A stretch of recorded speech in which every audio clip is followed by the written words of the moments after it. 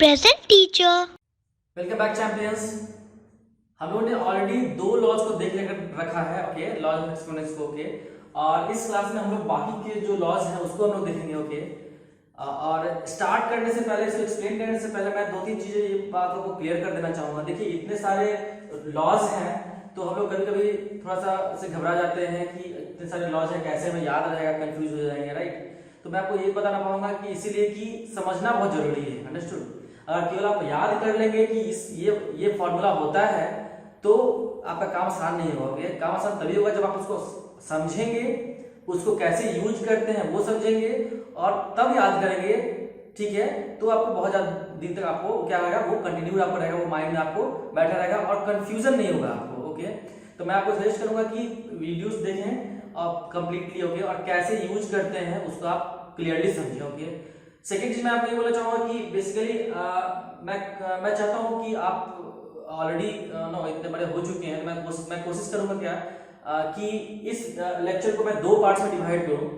पहले इस वीडियो में मैं करूंगा कि आपको कैसे ये सारे लॉज हैं उसको यूज करते हैं, ओके। देखिए, एप्लीकेशन बहुत जरूरी है, क्या चीज हम पढ़ते हैं उसको कैसे यूज करना है बहुत इंपॉर्टेंट होता है, राइट। तो मैं इस वीडियो में आपको एक्सप्लेन करूंगा कि कैसे इसको यूज करना है सारे लॉज को, ओके। नेक्स्ट वीडियो में, क्योंकि थोड़ा सा आपको ज्यादा टाइम टेकिंग होगा, ओके, उसमें मैं ये एक्सप्लेन करूंगा कि कैसे आप ये जो लॉज आप जो पढ़ेंगे, बेसिकली ये कोई नया लॉज नहीं है। जो आपने इंटीजर के केस में एक्सपोनेंट का लॉ पढ़ रखा है, ये सारे कॉन्सेप्ट सेम है, ओके। और वीडियो ज्यादा लंबा हो जाएगा, इसलिए मैंने इसको दो पार्ट में डिवाइड कर रखा है, ओके। तो इस वीडियो को देखिएगा ही, और नेक्स्ट वीडियो जो मैं आपको मैं इसमें एक्सप्लेनेशन करूंगा उस पर आपको ज्यादा फोकस होना चाहिए।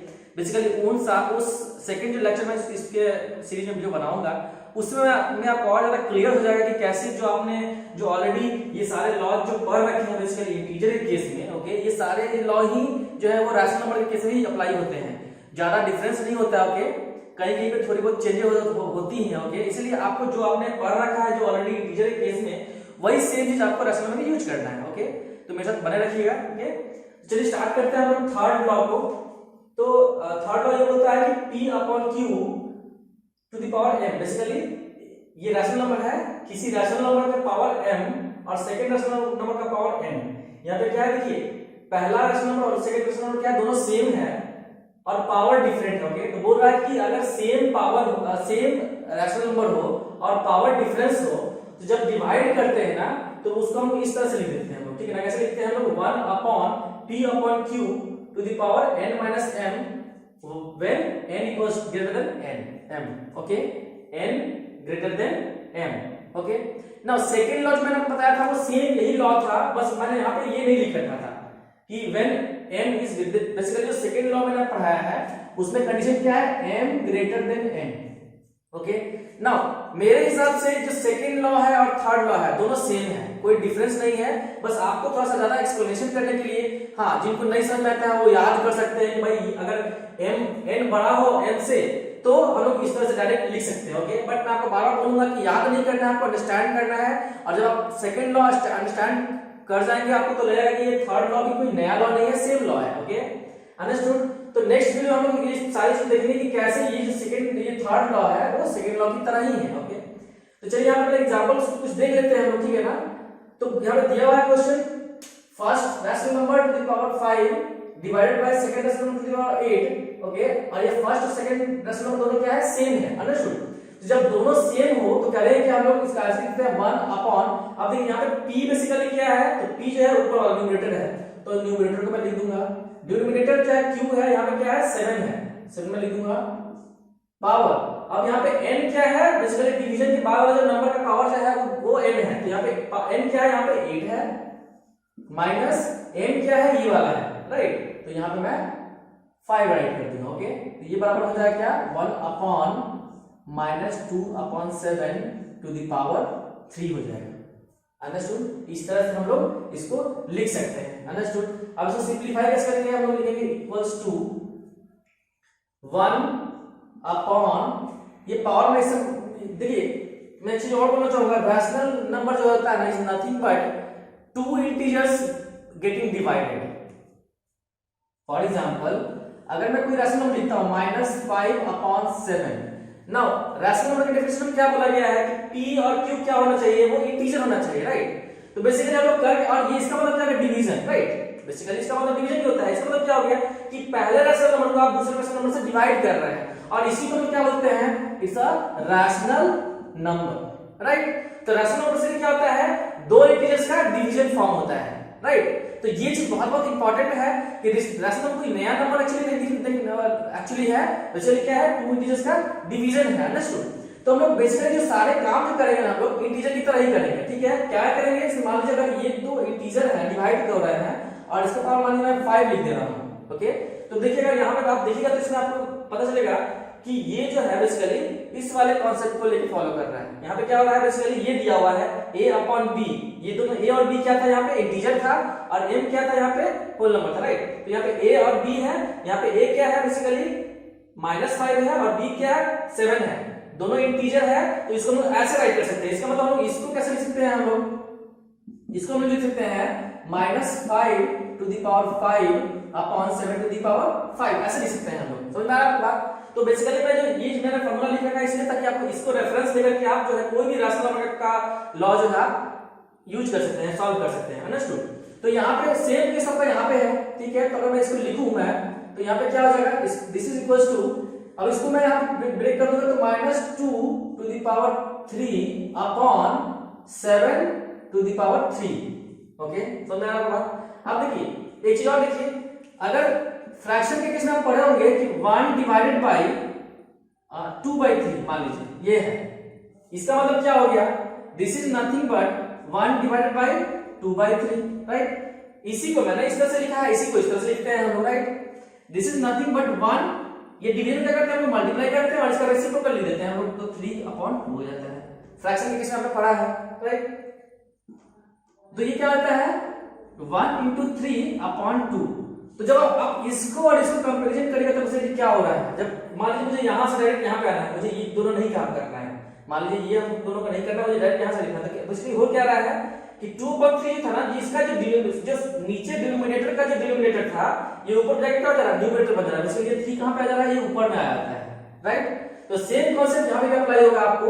बेसिकली क्या, ये डिनोमिनेटर है और ये नीचे वाला ये रैशनल नंबर का क्या है, ये नीचे वाला डिनोमिनेटर पार्ट, ये बेसिकली q पार्ट है, और q भी क्या है, बेसिकली रैशनल नंबर की तरह काम कर रहा है कि नहीं, जिसमें ये क्या है एक्चुअली ये a अपॉन b है, ये b क्या आ जाएगा, ऊपर चला जाएगा, तो क्या आ जाएगा यहाँ पे 7 to the power 3 upon -2 to the power 3। तो ये कितना हो जाएगा, आप मल्टीप्लाई करके करेंगे तो क्या होगा 343, और ये कितना हो जाएगा -8। और स्टैंडर्ड फॉर्म में क्या होता है कि डिनोमिनेटर में माइनस नहीं होता है, न्यूमरेटर में होता है, तो इसको हम लोग घटा करके निकाल सकते हैं, हम लोग यहाँ पे लिख सकते हैं। तो ये आपका आंसर हो जाएगा। समझ में आया बात, ठीक है। तो आपको इस तरह से आपको जो आपने पढ़ रखा है ना वैसे उसको यूज करना है, ओके। नेक्स्ट एग्जांपल देखते हैं हम लोग। देखिए नेक्स्ट लॉ देखते हैं हम लोग। नेक्स्ट लॉ क्या बोल रहा है कि किसी भी रैशनल नंबर के पावर m का होल के power n equals to rational number के power m into n। Basically क्या होता है, ये दोनों पावर क्या होता है, मल्टीप्लाई हो जाएगा, ठीक है ना। अब देखिए बेसिकली ये जो लॉ हम लोग देख रहे हैं बेसिकली किसकी तरह है, तो ये लॉ जो है आपको बेसिकली इस वाले की तरह है कि नहीं। बेसिकली यहाँ पे क्या है, p/q के फॉर्म में है नंबर, और यहाँ पे क्या है, इंटीजर, जस्ट एक इंटीजर के फॉर्म में है, राइट। तो बेसिकली ये और ये लॉ क्या है, दोनों सेम है और दोनों सेम की तरह एक्ट कर रहा है, अंडरस्टूड। तो चलिए देखते हैं इसको कैसे हम अप्लाई कर सकते हैं। अब देखिए यहाँ पे क्या है, -3.2 whole to the power 5 whole to the power 2, तो क्या होगा, ये दोनों पावर मल्टीप्लाई हो जाएगा, कितना हो जाएगा -3/2 5 into 2 कितना हो जाएगा 10 इक्वल्स टू, अब ये -3 टू द पावर 10। अब यहाँ पे आप छोड़ दीजिए, ठीक है ना, यहीं का आंसर छोड़ दीजिए, या फिर इसको आप 3 टू द पावर 10 फाइंड कर लीजिए और 2 टू द पावर 10 फाइंड करके आप आंसर राइट कर सकते हैं, अंडरस्टूड। फिफ्थ लॉ देख रहे हैं हम लोग। फिफ्थ लॉ में क्या है कि देखिए दोनों क्या है, आपको रैशनल नंबर डिफरेंट है, दिख रहा है आपको, ये रैशनल नंबर अलग है और इसका रैशनल नंबर अलग है, बट क्या पावर क्या है, दोनों का सेम है। तो अगर दो अलग रैशनल नंबर हो और पावर सेम हो और जब उसको मल्टीप्लाई करते हैं तो क्या आता है, बेसिकली वो रैशनल नंबर क्या होता है, एक दूसरे से मल्टीप्लाई हो जाता है और कॉमन पावर क्या रहता है, दोनों का कॉमन पावर हो जाता है। दोनों का पावर क्या था, दोनों सेम था, दोनों का पावर क्या हो जाएगा, कॉमन हो जाएगा। बेसिकली ये आपस में मल्टीप्लाई हो जाएंगे और ये पावर उसके ऊपर आ जाएगा। अब देखिए ये जो लॉ है वो किसी तरफ दिख रहा है, तो ये जो लॉ जो दिख रहा है आपको वो इस वाले लोग की तरह दिख रहा है कि नहीं। यहाँ पे क्या है, ए और बी डिफरेंट है, पावर सेम है, तो अगर नंबर डिफरेंट हो पावर सेम हो तो क्या करते हैं, नंबर को मल्टीप्लाई कर देते हैं और पावर सेम कर देते हैं हम लोग, ठीक है। तो बेसिकली ये भी क्या है, ये इसकी तरह है। तो मैं आपको बता रहा हूँ बार बार ये मैं क्यों रेफरेंस दे रहा हूँ आपको कि हम लोग जो पढ़ रहे हैं बेसिकली रैशनल नंबर के केस में ये कुछ नया नहीं पढ़ रहा है, मैं बार बार रिपीट कर रहा हूँ इसीलिए, ताकि आपको डर न लगे कि मैं नया क्यों पढ़ रहा हूँ, ठीक है। अब इसमें सॉल्व करते हैं एग्जांपल 1/4 है इनटू 3.5 टू द पावर 2। देखिए यहाँ पे क्या है, रैशनल दोनों डिफरेंट है, पावर सेम है, क्या करेंगे हम लोग, तो सॉल्व करना होगा तो पहले इसको मल्टीप्लाई करते हैं 1/4 इनटू 3/5 टू द पावर 2, ठीक है। ये दोनों को मल्टीप्लाई करेंगे, कुछ कटेगा तो काट देंगे, बट यहाँ पे कुछ कट नहीं रहा है, कॉमन कुछ है नहीं डिवाइजर, तो 3 into 1 3 हो जाएगा अपॉन 4 into 5 20 हो जाएगा, टू द पावर 2 हो गया, ठीक है ना। अब इसको क्या लिखते हैं हम लोग, 3 to the power 2 upon 20 to the power 2, तो क्या हो जाएगा ये 3 to 9, 20 का स्क्वायर कितना हो जाता है, तो 400, तो ये आपका आंसर हो गया, ठीक है। तो ये हमने इस तरह से किया है। नेक्स्ट जो फिफ्थ बेसिकली लॉ बोल रहा है ये कि अगर दो रैशनल नंबर दोनों डिफरेंट हो, ओके, पावर सेम हो और डिवाइड करे तो बेसिकली फिफ्थ रूल क्या था, जब यहाँ पे मल्टीप्लाई था, बट जब डिवाइड होगा तो क्या करेंगे हम लोग, तो बेसिकली होता क्या है, बेसिकली जब मल्टीप्लाई था तो यहाँ पे ये दोनों मल्टीप्लाई कर दिया था हम लोगों ने और पावर सेम कर दिया था। डिवाइड में क्या करेंगे हम लोग, दोनों को डिवाइड करेंगे और पावर सेम कर देंगे हम लोग। नंबर बेसिकली अपने में डिवाइड हो जाता है, नंबर बेसिकली अपने में मल्टीप्लाई हो जाता है और पावर सेम कर देते हैं, ठीक है ना। तो ये हम लोग का फिफ्थ और सिक्स्थ रूल है, ठीक है। अब इस एग्जांपल देखते हैं हम, और ये बराबर क्या होता है बेसिकली हम लोग इसके बाद ये जो लिखा है बेसिकली हो क्या रहा है, तो आपको पता है कि दो रैशनल नंबर को कैसे डिवाइड करते हैं, तो क्या होता है, पहला rational number as it is लिख देते हैं हम लोग और डिवीजन को मल्टीप्लाई में कर देते हैं, और जो सेकंड रैशनल नंबर उसको क्या करते हैं हम लोग, उसका हम लोग बेसिकली रेसिप्रोकल लिख देते हैं हम लोग, अंडरस्टूड। यहाँ पे मैंने रेसिप्रोकल लिख रखा है, ठीक है ना, अंडरस्टूड। या फिर मैं बोलूं आपको मल्टीप्लिकेटिव इनवर्स, ठीक है, रेसिप्रोकल, या फिर मैं बोलूं मल्टीप्लिकेटिव इनवर्स। बेसिकली क्या है, r अपॉन s का मल्टीप्लिकेटिव इनवर्स क्या है, तो s अपॉन r हो जाता है, ठीक है। चलिए एग्जांपल देखते हैं हम लोग कैसे सॉल्व करेंगे इस तरह के क्वेश्चंस को। तो बोल रहा है कि जब पावर सेम हो और रैशनल नंबर डिफरेंट हो तो क्या करेंगे, रैशनल अपने आप में डिवाइड हो जाता है, तो पहले इन दोनों को डिवाइड करेंगे अपने आप में, तो 3/4 divided by 5/6 to the power 3, ठीक है। अब ये 3/4 मल्टीप्लाई 6 ऊपर हो जाएगा और 5 नीचे हो जाएगा टू द पावर 3, ओके। अब ये क्या हो रही है, 2 2 जा 4, 2 3 जा 6, राइट, तो 3 3 जा 9 अपॉन ये कितना हो जाएगा 10, इसका आप क्यूब कर दीजिए, ओके। अब इसको आप सॉल्व कर लीजिए, आप सॉल्व कर सकते हैं, अंडरस्टूड। नेक्स्ट सेवेंथ है, if p upon q is a non zero rational number then p upon q to the power 0 equals to 1। Now देखिए ये जो बेसिकली किसकी तरह है, ये बेसिकली इसकी तरह है, दिख रहा है आपको। बेसिकली क्या है, एक इंटीजर यहाँ पे क्या है, p अपॉन q फॉर्म में, बेसिकली यहाँ पे इंटीजर था और यहाँ पे दो इंटीजर का डिवीजन है, या फिर मैं बोलूं उसको रैशनल नंबर, ठीक है। तो कोई भी एग्जांपल ले सकते हैं आप, 2/3 माइनस लगाया था यहाँ पे टू द पावर 0, क्या होता है, इसका वैल्यू 1 होता है, अंडरस्टूड। नेक्स्ट लेक्चर हम लोग देखेंगे सारे रूल्स, सारे लॉज की कैसे ये हम लोग फॉलो होता है, क्यों होता है ऐसा, ठीक है। नेक्स्ट होगा, if p upon q is a non zero rational number and m is an integer then this is equal to this. Basically बोला यहाँ पे नेगेटिव पावर की बात कर रहा है, तो मैंने आपको नेगेटिव पावर के बारे में एक्सप्लेन भी किया था आपको लास्ट क्लास में भी, कि अगर इंटीजर हो, अगर यहाँ पे होल नंबर लेने मान लीजिए, तो -3 का मतलब क्या था, बेसिकली इसका मतलब क्या था कि 1 अपॉन ये माइनस हटा देंगे और टू द पावर 3 आ जाता है, ये हो जाता है, this is equal to this, right. तो वही सेम केस क्या देखिए यहाँ पे भी हो रहा है आपको, यहाँ पे क्या हो रहा है देखिए, इसको हम लोग एक्सप्लेन करते हैं पहले, ये बराबर ये कैसे लिखा गया है, ठीक है। देखिए p upon q to the power -m, basically this is equal to 1 upon p upon q to the power m हो जाएगा, अंडरस्टूड, समझ में आपको बात। और इसी को हम लोग जो है इस तरह से लिख देते हैं हम लोग, अंडरस्टूड, समझ में आया बात।